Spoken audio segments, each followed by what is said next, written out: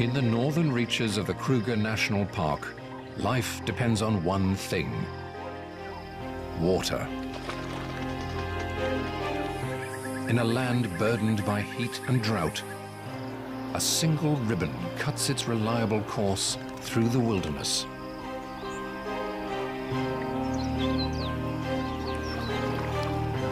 It's a lifeline to all creatures, great and small. In the height of the dry season, everything must come to the river.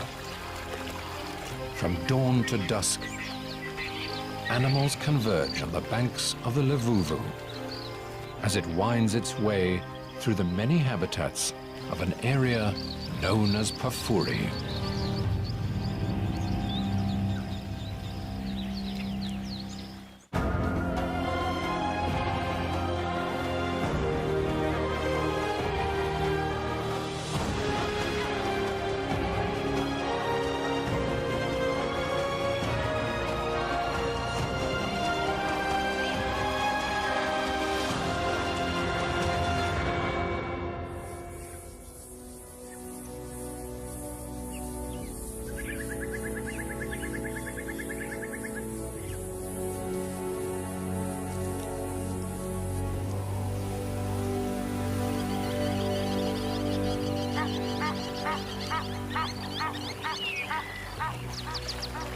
On a sandy riverbank in the far north of the world-famous Kruger National Park, a white-crowned lapwing strides through its territory. He and his mate control half a mile of riverbank.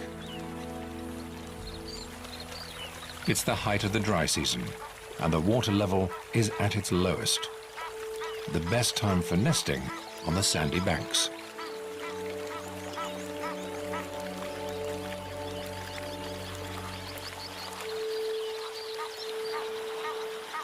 The Lapwings River is called the Luvuvu, and it flows through a very special piece of wilderness known as the Pafuri.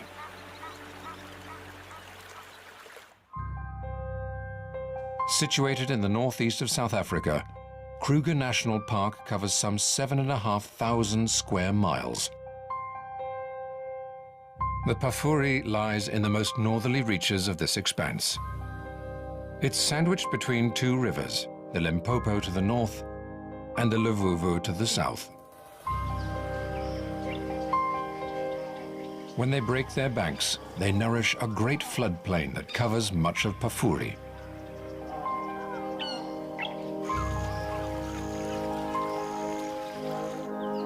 Here, lush lowlands feed herds of grazers, and iconic forests grow tall and green.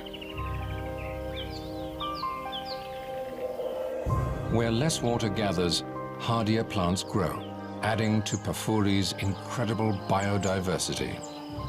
Although it makes up just 1% of Kruger's total area, Pafuri is home to 75% of all the Greater Park species. Among these, some creatures stand out. From species rarely seen in the rest of the reserve,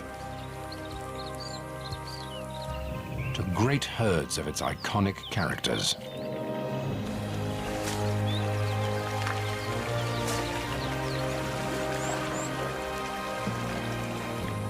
But above all the others, it's Pafuri's birds that set this place apart. More than 450 species make their homes here, the greatest diversity anywhere in Kruger.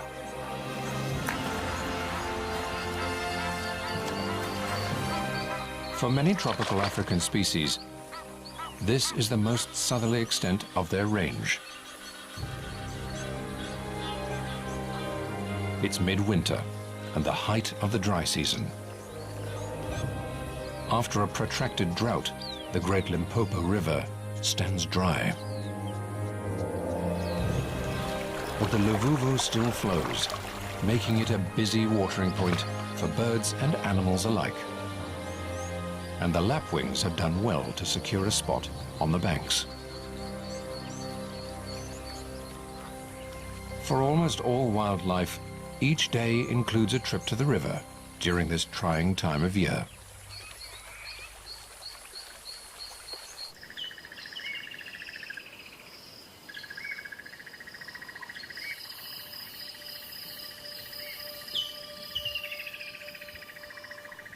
As morning dawns in Pafuri, a herd of waterbuck grazes on the marshy floodplain. With the males weighing up to 550 pounds, these are among Africa's most heavy-set antelope. They fuel their bulk by feeding on the most protein-rich grasses and herbs they can find. And during the dry season, it's the floodplain that provides. All this protein builds up a thirst, and waterbuck are among the most water-dependent of all antelope. As the day heats up, they'll move down to the Luvuvu to drink. If not for the river, they couldn't survive here through the dry season.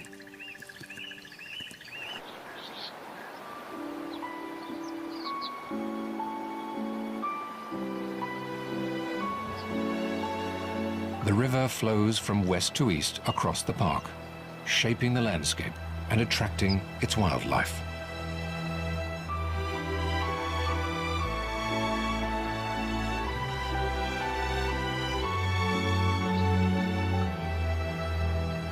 Here in the west of Pafuri, it's carved a deep canyon through the rock.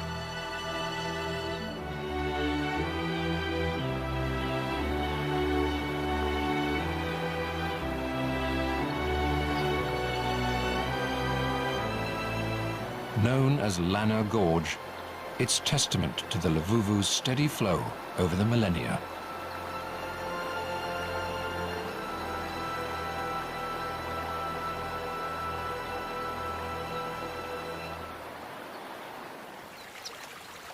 Further downstream to the east, the rocky sides give way to sandy riverbed.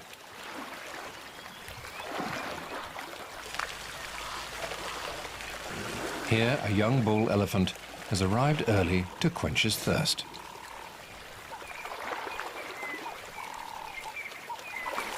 Pafuri, with its perennial water sources and green growth, is famous for its resident elephant herds.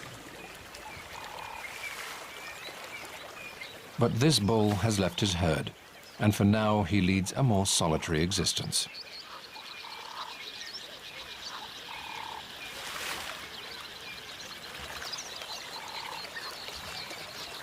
Social contact is an integral part of elephant life, and he will have spent his first 15 years in the company of his mother, siblings, aunts and cousins.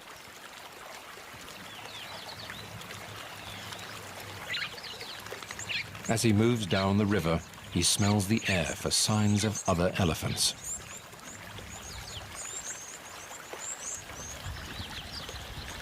If he can find a group of other bachelors, he may join them for the sake of companionship.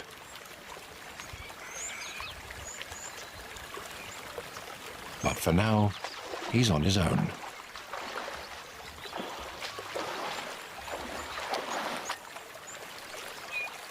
Just downstream, another group of social creatures makes their home.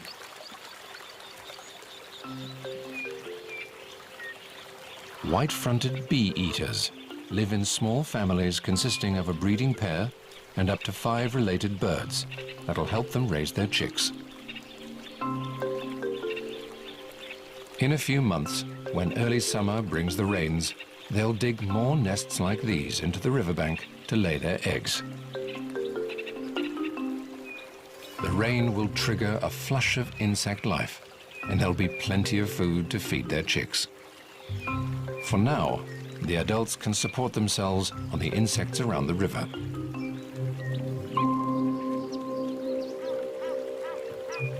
The little water in the Luvuvu is enough to attract a range of water birds, and each starts its day by finding food in its own way.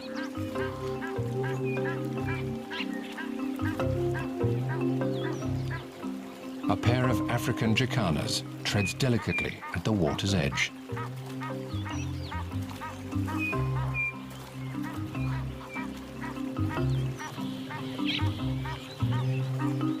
Their long toes help distribute their weight on floating plant life.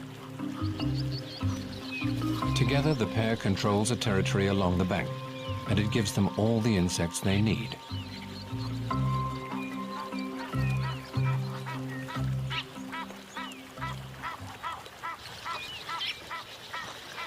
A pair of Egyptian geese forages on aquatic plants growing in a stream.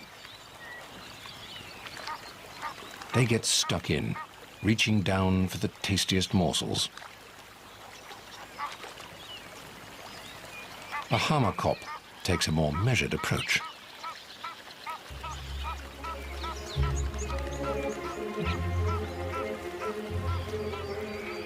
He's after creatures living among the river vegetation.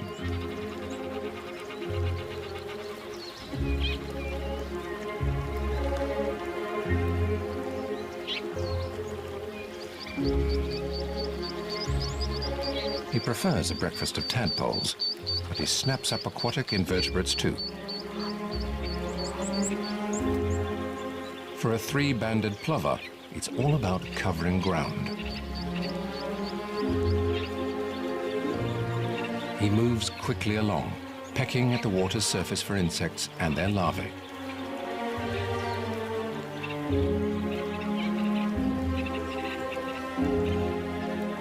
It'll take a lot of this tiny prey to fill his belly.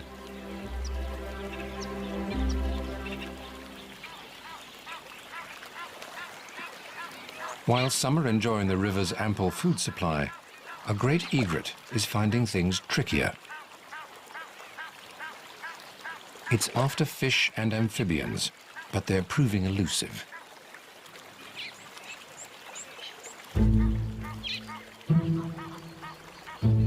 Perhaps another spot will be more productive.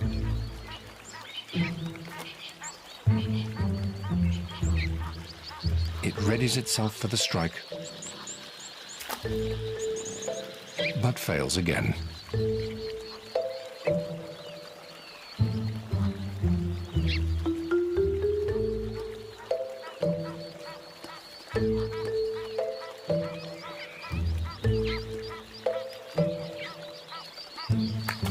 With one last effort, he comes up with a morsel. It's not much, but it's a start. While most of the birds feed on small life, there are others here looking for bigger prey.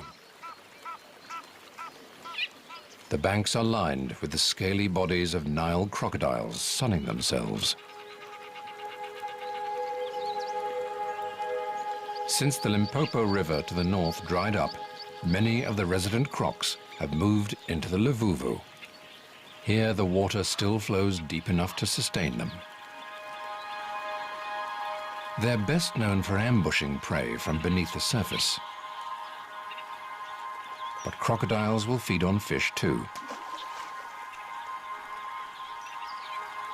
They use their powerful tails to pursue their prey underwater.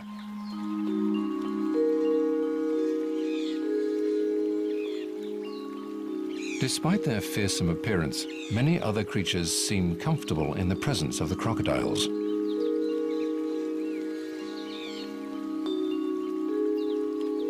A flutter of butterflies cuts a sharp contrast with the rugged reptiles.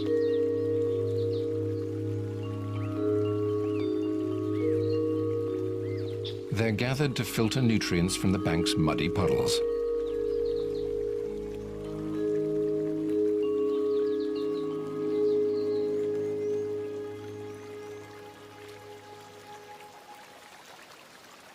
The winged gathering attracts a crowd of its own.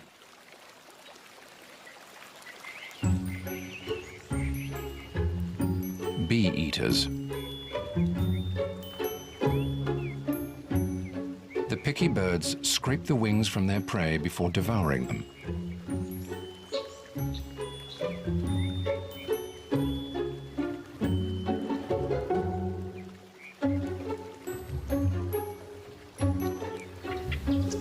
The bee-eater family will join forces with neighboring families to defend their foraging territory against other bee-eaters.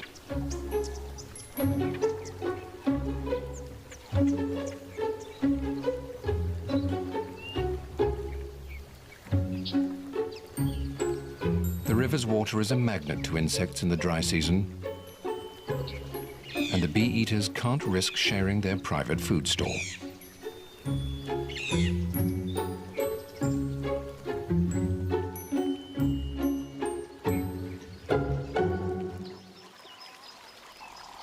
For many animals, Pafuri has lots to offer beyond the Luvuvu.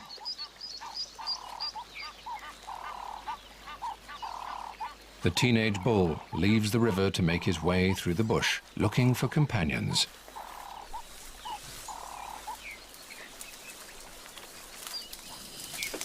But he doesn't get far before his stomach distracts him. A full-grown elephant bull can weigh up to 5 tons.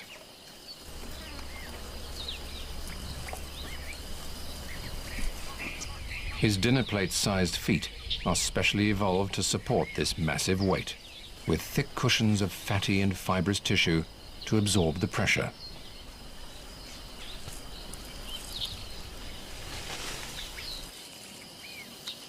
His trunk is the perfect tool for reaching the best leaves high in the trees.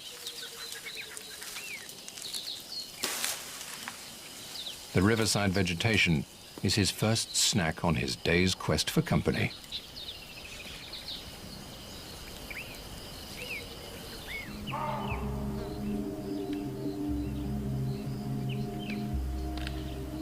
Pafuri has other food reserves in plenty for an elephant, including one type of tree in particular that the park is famous for.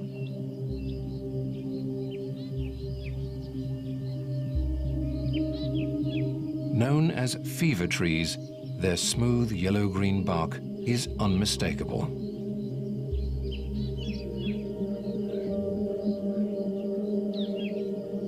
Early settlers found that people traveling or living near these trees contracted terrible fevers. They blamed the trees themselves for the illness, but the blame was misplaced.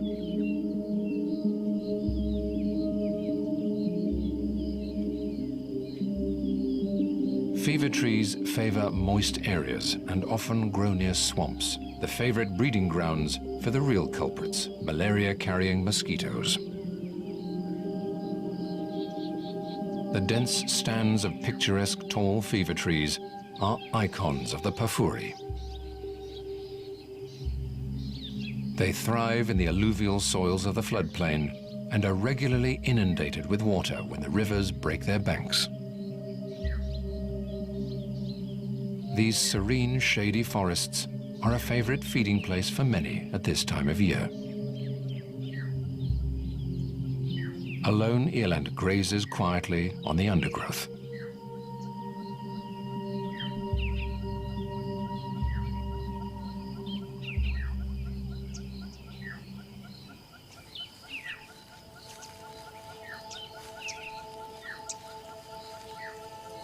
Not far away, a massive elephant bull disturbs the peace.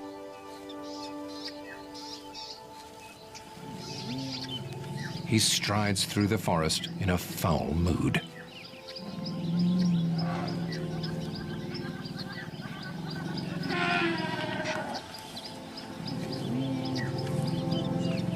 And it soon becomes clear why. He has a handicap to his most powerful tool.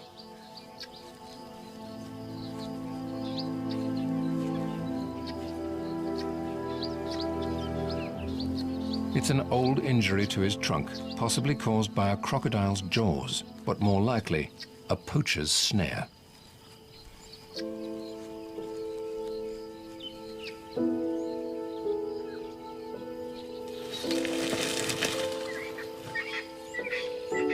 He can't fully extend it vertically to reach leaves.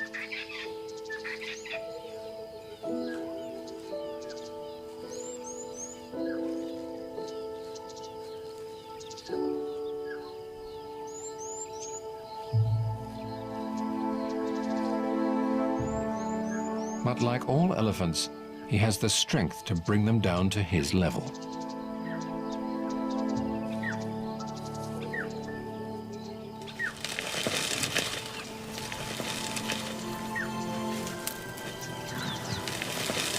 Once he chooses a tree, his incredible power takes care of the rest.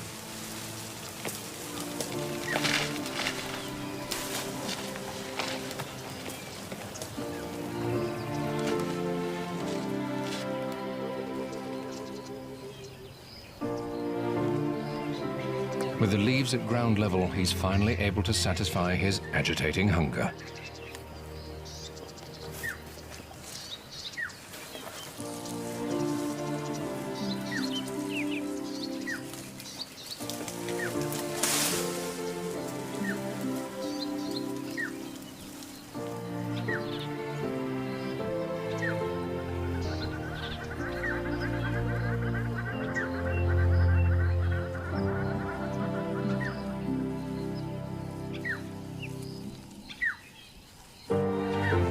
Having eaten his fill, he moves slowly off through the forest.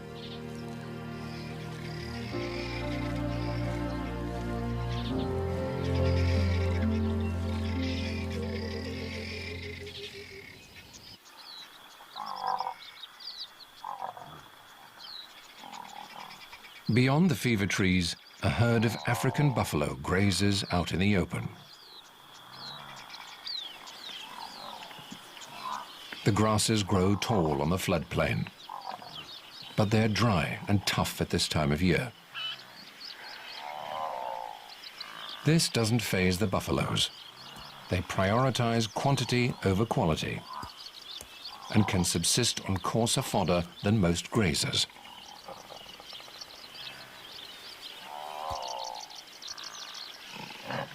The herd is a moving restaurant for oxpeckers that pick away at pests and parasites.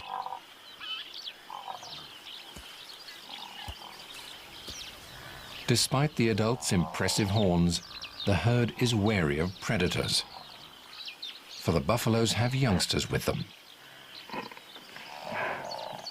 Eventually, they've had enough time in the open and head for the cover of Mopani thicket. These dense woodlands thrive on Pafuri's higher ground and add yet another habitat to the park. Mopani is well known for its ability to withstand dry conditions. In the heat of the day, the butterfly-like leaves fold close to reduce the surface exposed to the sun and minimize water loss from evaporation. They're also a fantastic source of protein for Pafuri's animals. But today it's a brown snake eagle that makes best use of the golden trees. It could perch up here for hours, searching its surroundings with piercing eyes for its favorite prey of snakes. When it spots one, it'll swoop down from its perch, crush the snake's spine, and swallow it head first. For now, it stretches its feathers leisurely and surveys the comings and goings below. With raptors like these around, Pafuri's smaller inhabitants must keep a careful eye out.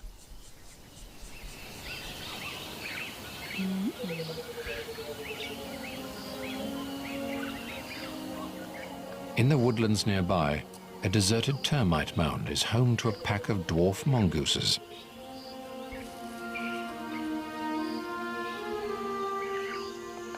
As the day heats up, the adults emerge from their burrow, one by one.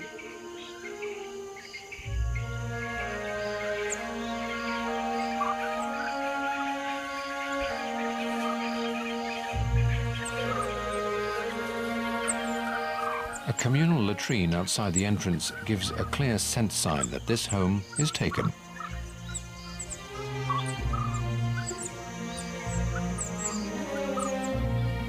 At less than 8 inches long, they have little defense against predators. But the family of 14 watches each other's backs.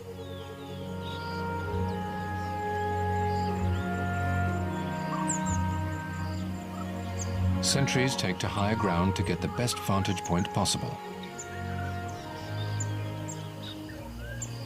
Vigilance is key. There are pups to protect.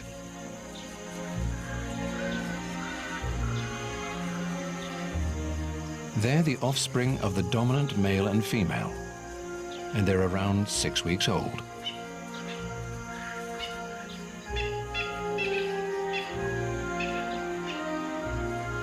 The whole pack works together to raise them.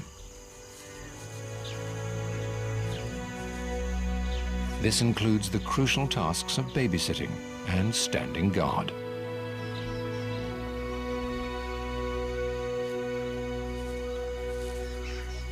Subordinate females help suckle the young, some without ever having been pregnant themselves.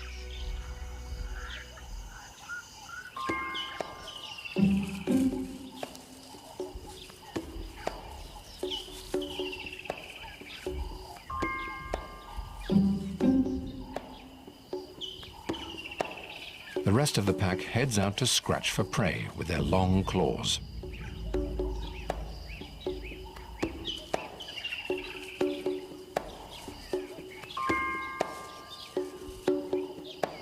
In the undergrowth of the dry woodland, there's plenty of food to be had.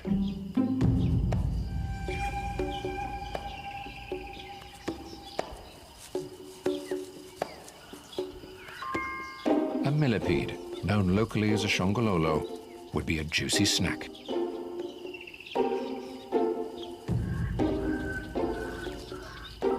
Despite its many legs, it's a slow mover. It must make good its escape before the mongooses sniff it out. The little hunters do most of their foraging on the ground, and the millipede makes a lucky choice in climbing up a tree to safety.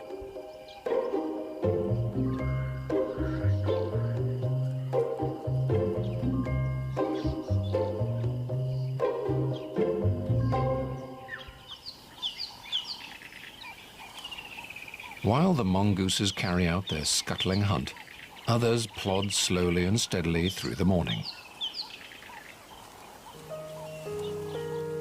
An elephant mother is on the move with 2 youngsters.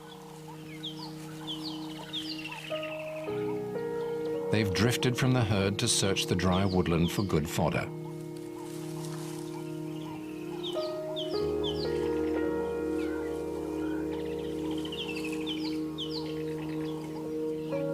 Only the younger calf is the cow's offspring. It stays close to her for safety at all times.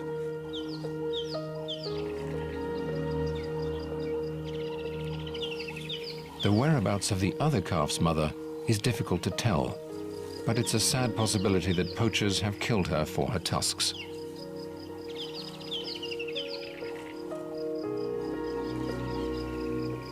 The 3 must rejoin their extended family soon.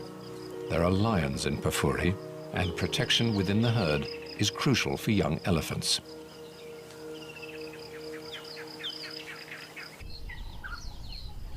Away from the Luvuvu, a few small wetlands persist. This pan formed from runoff surface water during the last rains, and there's enough here to last the dry season.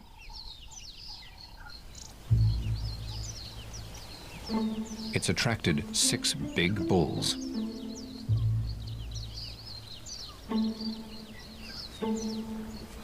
Among them is the young bull that was in the river this morning. The gathering at the water offers him some company at last.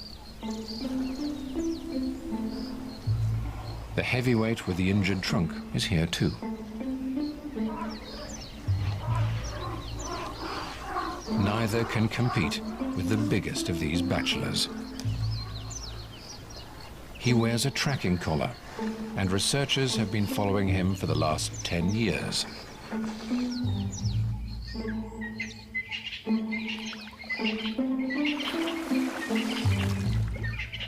He's now in his prime, at around 45, and has picked up scars of his own during his long life. If all goes well, he could live to around 60. The other bulls give him plenty of space at the thirst-quenching water.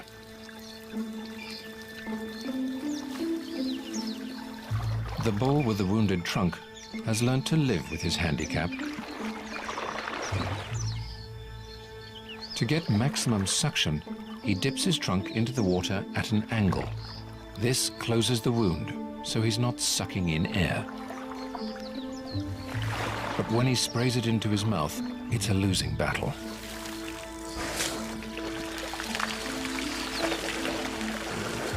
It's the elephant equivalent of drinking through a punctured straw.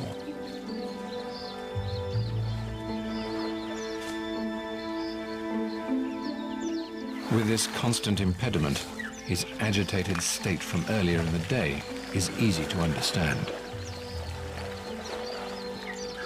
But nothing soothes an elephant like a trip to water.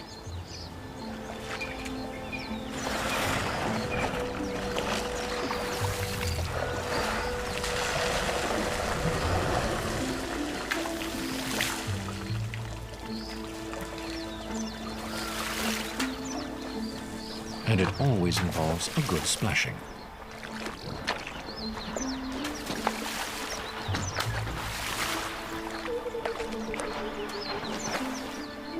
A tree serves as a favorite scratching post.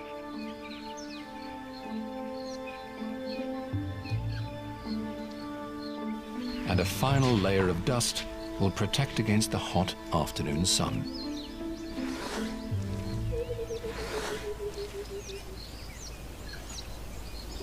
When the elephants are done, as ever, it's Pafuri's birds that make a splash.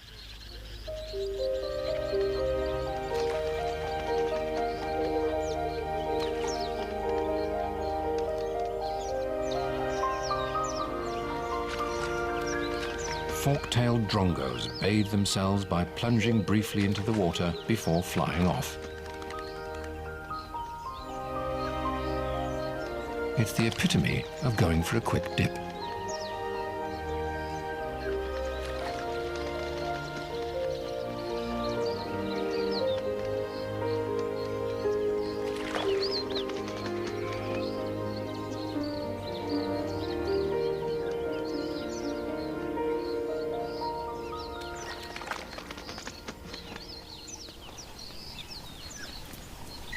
A small herd of impala arrives for a quick drink.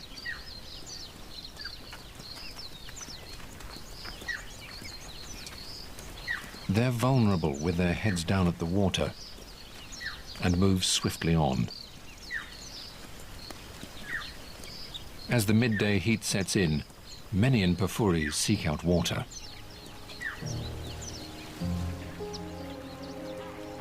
The afternoon is especially busy on the banks of the Luvuvu.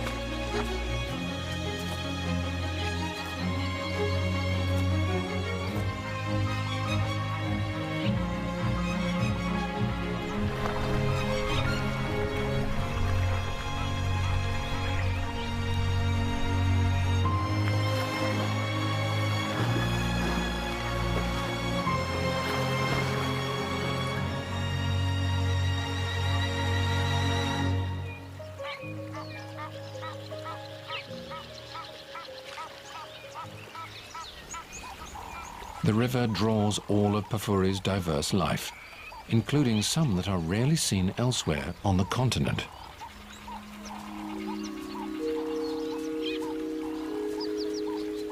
Nyala are particularly shy antelope, sticking to densely wooded areas, usually near water.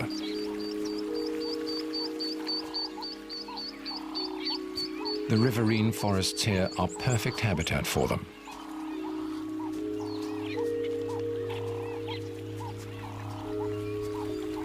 As thirsty as they may be, they're cautious around the water. This is crocodile territory. Across the river, a female Nyala has arrived with her 2 offspring. They're just as cautious as the males, and for good reason.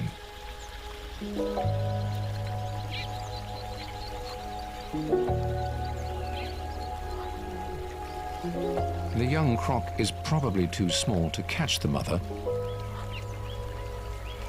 but it might stand a chance against the fawn, and they're not taking any risks.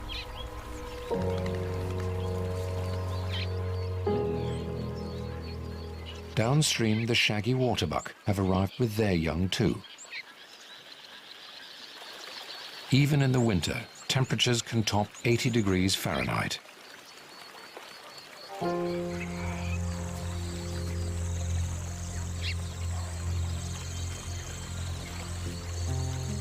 The soft, moist sand offers some cool relief.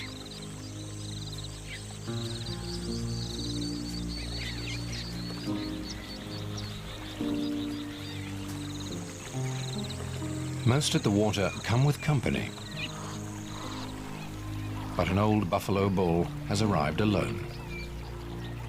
He's retired from the competition of herd life and no longer has to wait for hundreds of herd mates to quench their thirst before he moves off. He's not the only old male on the banks. The warthog boar's huge facial lumps are testament to his age.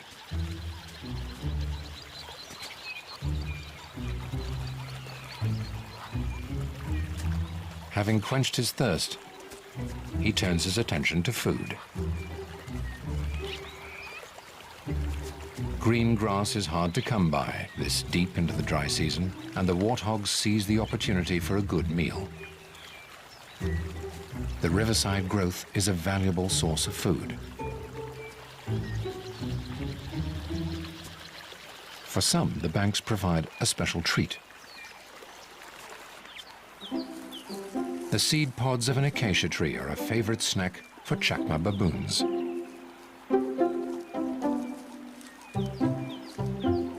With arms as long as their legs, baboons have evolved to walk on the ground more than any other monkey.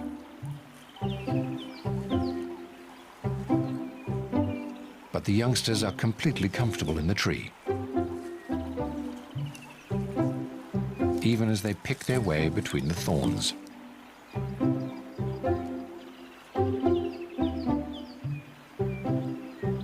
For all the animals, the river offers food, water, and some relief from the afternoon heat. For the birds, the enduring flow serves another crucial purpose.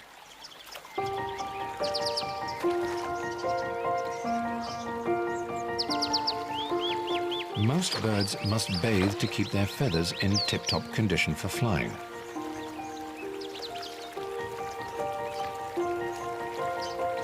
The river is one of the few places they can do so at this time of year.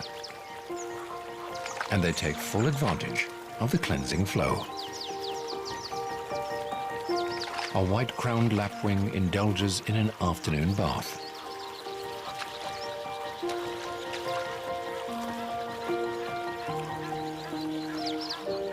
Bathing isn't the only important part of feather maintenance.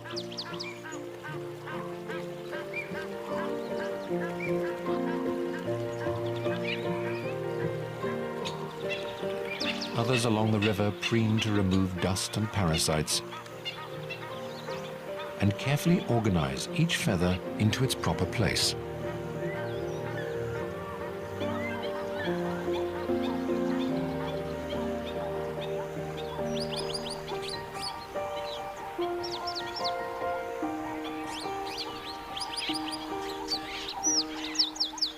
A woolly-necked stork is one of the bigger birds on the river today, but it's dwarfed by its cousin, the saddle-billed stork. It towers at 5 feet tall. Like all other creatures, big birds are drawn to the Levuvu by the allure of water. An 11-pound white-backed vulture makes daily trips to water to drink and bathe.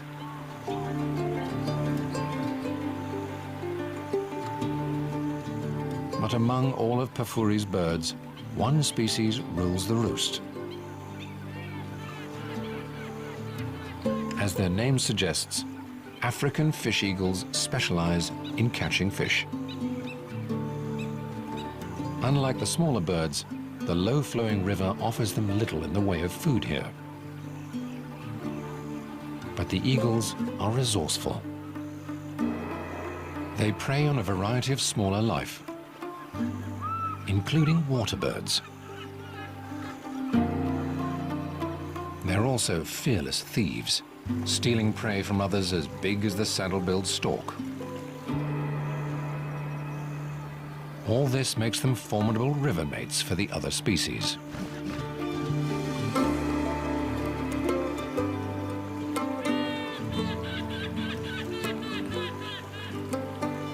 Like all here, they too must drink.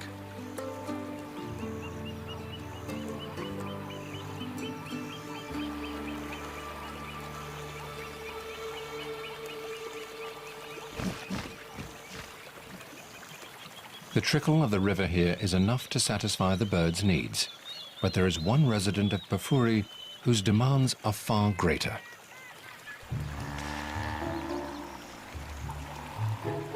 Hippos need water deep enough to submerge their great bodies entirely.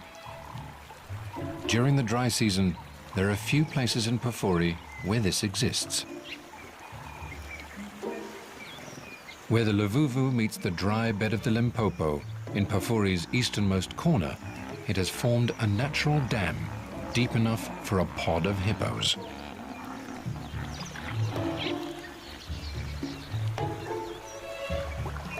These huge animals have sensitive skins and spend most of their days submerged to escape the heat of the sun.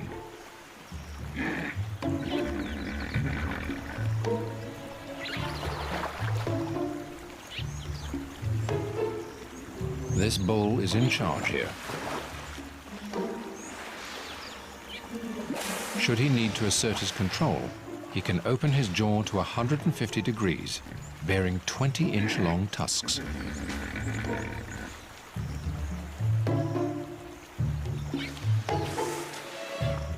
For now, he relaxes in the cool of the water with his pod.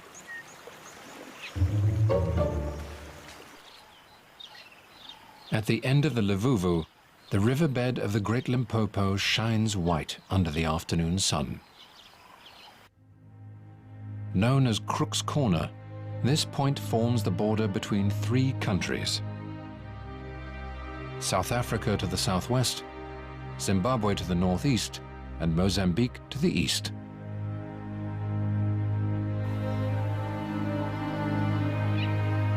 Here the Luvuvu River reaches its end.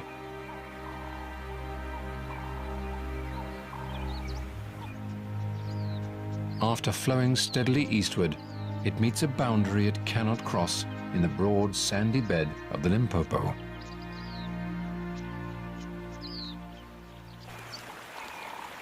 For the creatures of Pafuri, the Luvuvu has done its job, providing water through another hot, dry day.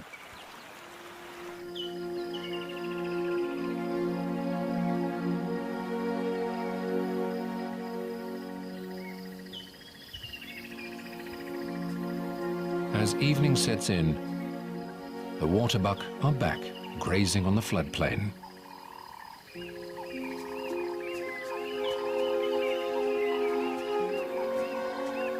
They enjoy the cool, calm end of the day.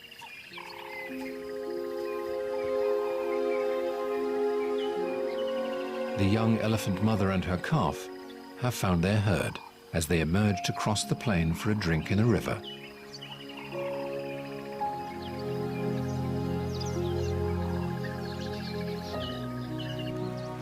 On the Luvuvu's banks, the baboon troop spends a little time by the water before heading into the treetops to sleep.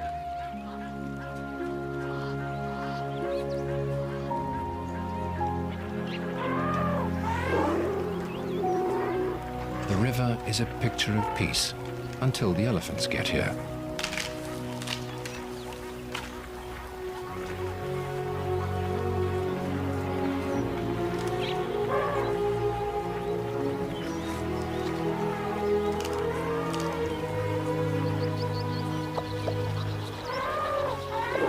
The cool, soft sand is welcome relief after the long, hot day.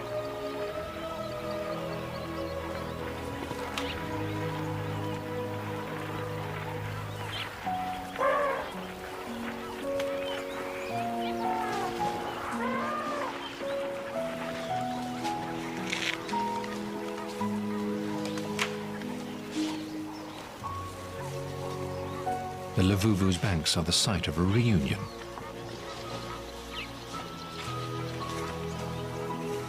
The older calf from earlier has found its mother and enjoys the river by her side.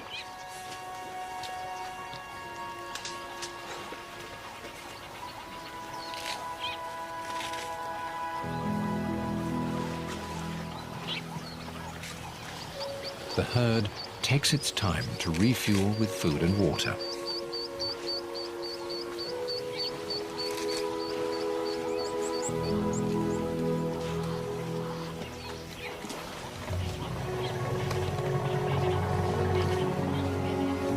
As long as the Lavuvu continues to flow through this special reserve, Pafuri's creatures will thrive despite the rigors of the dry season.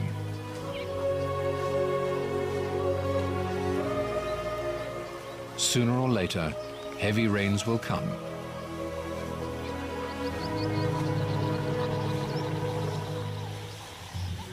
The Limpopo will flow once more, and floodwaters will inundate the plains to spur new growth. Until then, the elephants and others will find all they need along the banks of the Pafuri's everlasting lifeline.